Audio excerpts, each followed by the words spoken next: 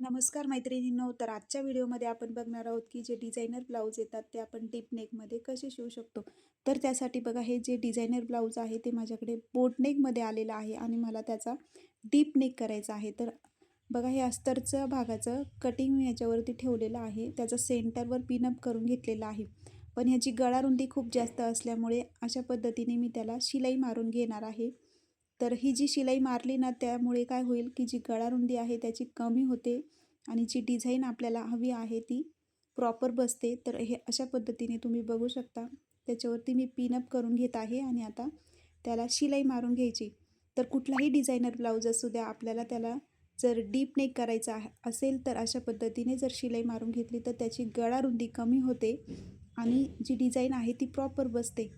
तर बघा, आता शिलाई मारून झाल्यानंतर मी त्याला छोटे छोटे कट्स मारून घ्यायचे, म्हणजे जो अस्तरचा कपडा आहे तो आतमध्ये फोल्ड केल्यानंतर तो प्रॉपर बसतो. हे बघा, अशा पद्धतीने माझी ही डीप नेकमध्ये पाठीमागच्या भागाचं म्हणजे पाठीमागचा भाग तयार झालेला आहे. तर ही ट्रिक तुम्ही नक्की वापरून बघा. जेव्हा तेव्हा तुम्हाला डिझायनर ब्लाऊजमध्ये डीप नेक करायचा असेल त्यावेळेस नक्कीच तुम्हाला त्याचा फायदा होईल. आणि माझी ही ट्रिक आवडली असेल तर कमेंट करून नक्की सांगा आणि व्हिडिओ आवडला असेल तर लाईक करायला विसरू नका. तर अशाच नवनवीन डिझाईनसाठी भेटू नेक्स्ट व्हिडिओमध्ये. तोपर्यंत बाय.